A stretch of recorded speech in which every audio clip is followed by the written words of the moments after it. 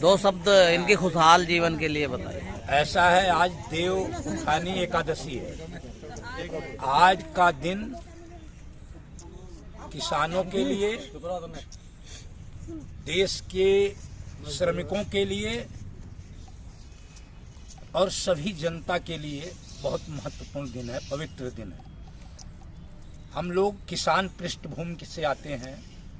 आज एकादशी के दिन गन्ने की पूजा होती है और किसान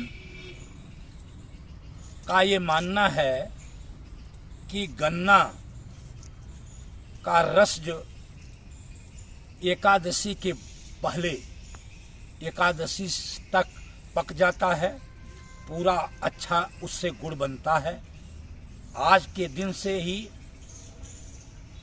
कटाई गन्ने की शुरू होती है और उससे गुड़ बनाया जाता है। गन्ने की फसल को देखकर किसान खुशहाल होता है और उसी खुशहाली के कारण वह एकादशी को दान करता है। तिल का, गुड़ का, मिठाई का, सभी चीज़ों का दान करता है। आज देश के अंदर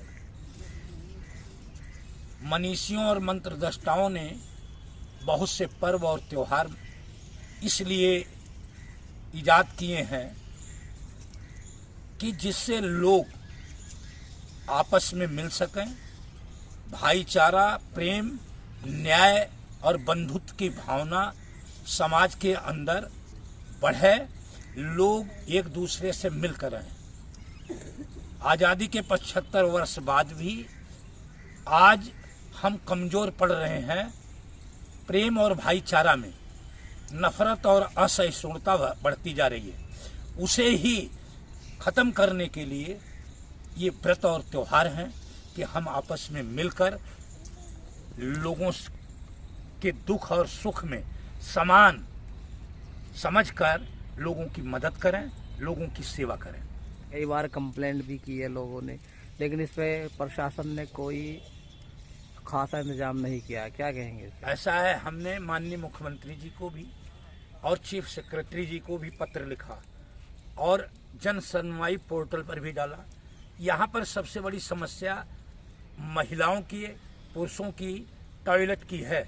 वो कभी न साफ होता है और न ठीक होता है। और मैं आप लोगों को बताना चाहता हूँ कि माननीय मुलायम सिंह यादव जी ने यह पार्क बनवाया था, जो समाजवादी सोच का एक जीता जागता उदाहरण है। इसके अंदर डॉक्टर राम मनोहर लोहिया, जिन्होंने आज़ादी की लड़ाई में अपना सर्वस्व अर्पण कर दिया, इतनी यातनाएं झेली, उनकी यादगार में ये पार्क बना हुआ है। और इस पार्क के अंदर समाजवादी चिंतकों के चित्र लगे हुए हैं, लेकिन सारे जो चित्र लगे हुए हैं और उनके बारे में जो लिखा गया था, उनके विचार के बारे में, उनके जन्म को समझें लोग कि कहाँ उनका जन्म हुआ, उनके बारे में जानें, वो सारे चित्र खत्म हो चुके, पत्थर भी टूट गए। उसका आपने चित्र भी भेजा था, हर जगह हमने भेज रखा, लेकिन ये जो पॉलिटिकल थिंकर हैं समाजवादी, उन लोगों के चित्र आज तक नहीं लग पाए। न उनका नाम लिखा गया, न उनके विचार लिखे गए।